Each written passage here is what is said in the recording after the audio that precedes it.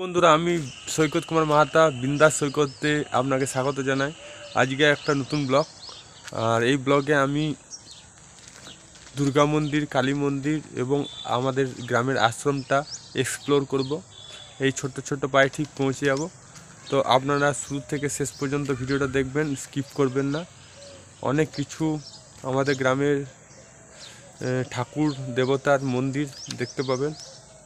তো এই প্রথমবার আমি আমার গ্রামের মন্দির এবং তীর্থস্থান আপনাদের সামনে শেয়ার করছি। তো কথা না বাড়িয়ে লেটস স্টার্ট।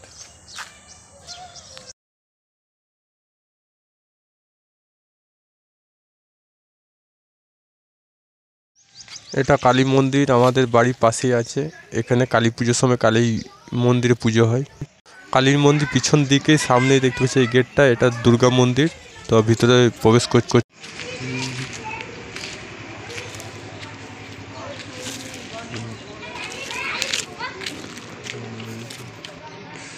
এই জায়গায় নাটক মঞ্চ হয়, সবাই মিলে এখানে নাটক করে দুর্গাপুজোর সময়, যখন সাংস্কৃতিক অনুষ্ঠান হয়, আরও সাংস্কৃতিক অনুষ্ঠান হয়।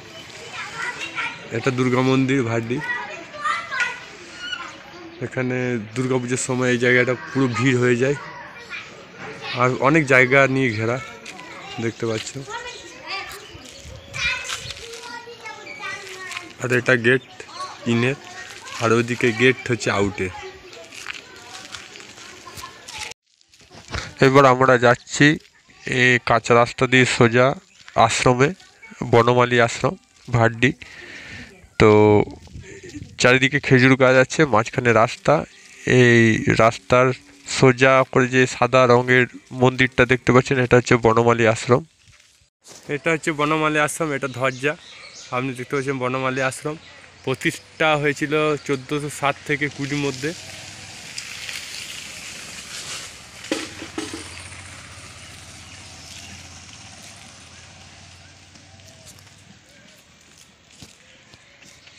এখন দেখতে পাচ্ছেন যে রাস্তাটা অনেক পরিবর্তন হয়ে গেছে। ভাড্ডি বিশালপুর রাস্তাটা পুরো ঢালাই করে দিয়েছে জায়গাটা পুরো।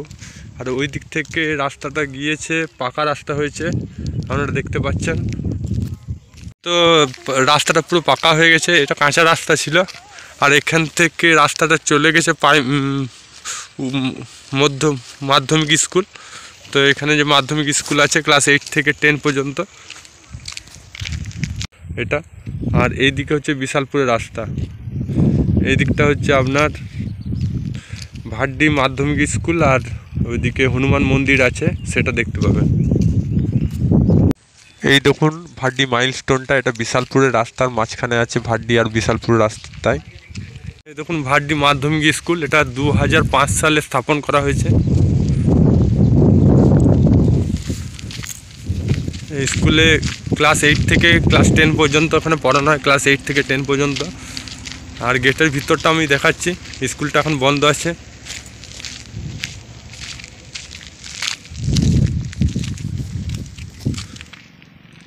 এই দেখুন স্কুলটা, এখানে জলের ব্যবস্থা আছে, ওয়াশরুম আছে, এখানে জলের ব্যবস্থা আছে, ওয়াশরুম আছে এবং বিভিন্ন আছে, আপনাকে দেখালাম।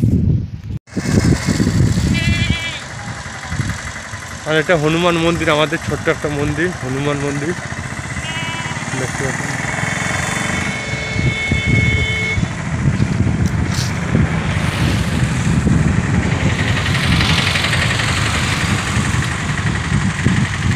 ছোট্ট করে ভিডিওটা করলাম, যদি ভিডিওটা ভালো লেগে থাকে তো লাইক করবেন।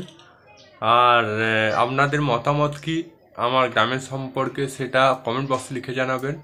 আর চ্যানেল তাহলে সাবস্ক্রাইব বল বাটনটি প্রেস করবেন।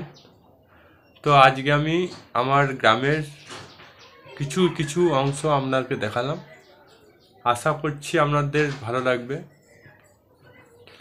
তো আজকের মতন এই পর্যন্ত, আবার দেখাবে নতুন কোনো ব্লগ নিয়ে। ততক্ষণ জয় হিন্দ, জয় ভারত, ভালো থাকো, সুস্থ থাকো।